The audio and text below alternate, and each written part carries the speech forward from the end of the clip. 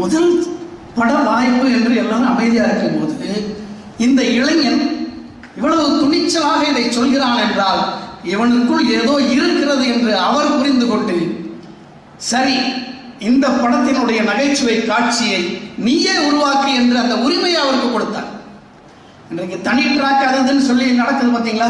இதற்கெல்லாம் முன்னோடியும் கலைவாணர் தான். அந்த உரிமையை ஒரு உரிமை குரல் போல கொடுத்து பெற்ற அந்த உரிமையை கிட்டத்தட்ட 125 படங்களிலே கலைவாணர் நடித்திருக்கிறார். கடைசி வரை அந்த உரிமையை யாருக்கும் விட்டு தராமல் நடித்ததால் தான் 100 ஆண்டுகளுக்கு மேலான பிறகு கூட அவரை பற்றி இங்கே நாம் பேசிக் கொண்டிருக்கிறோம்.